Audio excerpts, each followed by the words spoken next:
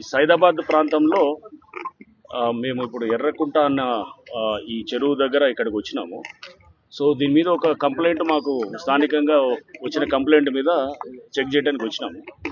So ఇది ఒక చెరువు కుంటని కబ్జా అవుతున్నది, దాదాపు 6 ఎకరాల పైన ఉన్నటువంటి చెరువు కుంట కబ్జా అవుతుందని చెప్పేసి కంప్లైంట్ ఇచ్చినారు.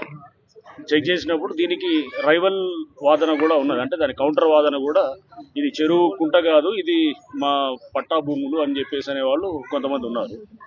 సో ఇది అన్ని రికార్డ్స్ని పరిశీలిస్తాము, అన్నింటినీ కూడా పాత హిస్టారికల్ డేటా, అంటే మా దగ్గర ఉన్నటువంటి దాదాపు 70-80 సంవత్సరాలు 100 సంవత్సరాల క్రితం ఉన్న డేటాలు కూడా విలేజ్ మ్యాప్ నుంచి మనం ఇది సర్వే ఆఫ్ ఇండియా మ్యాప్స్, దీంతో పాటు ఇంకా ఇది మా దగ్గర ఉన్నటువంటి శాటిలైట్ డేటా, రెవెన్యూ రికార్డ్స్ అన్నిటిని పరిగణలోకి తీసుకొని ఒక దీనికి వస్తాము.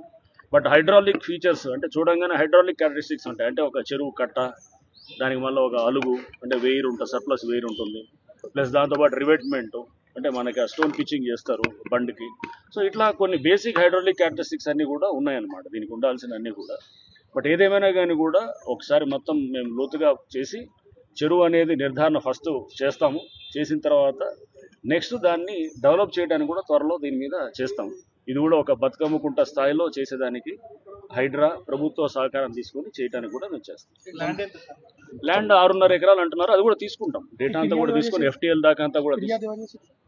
ఫిర్యాదు ఎవరు చేస్తే నీకెందుకు, ఎవరు చేసినా కానీ ఫిర్యాదు మాకు మేము చెప్పాము, అది ఫిర్యాదుదారు ఎవరైనా చెప్పాల్సిన అవసరం లేదు.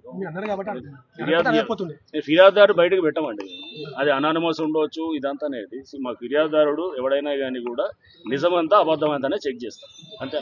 ఓకే, సో ఫిర్యాదుదారుడు ఎవరు చేసినారనేది లేదు కానీ, బట్ ఎస్ ఇక్కడ స్థానికంగా రకరకాల రాజకీయ పార్టీ ప్రతినిధులు కూడా వచ్చి కలిసినప్పుడు వాళ్ళ వ్యూ పాయింట్స్ వాళ్ళు చెప్తున్నారు, అవన్నీ పరిగణలోకి తీసుకొని మేము ఫిర్యాదుని టోటల్గా డీప్గా ఎంక్వైరీ చేసిన తర్వాత రేపు కోర్టుకు వెళ్ళినా కానీ కూడా మేము సమాధానం చెప్పేటట్టు ఉండాలి. కాబట్టి కోర్టుకు కూడా డేటా కూడా సబ్మిట్ చేసేదానికి కూడా ఉంటాం.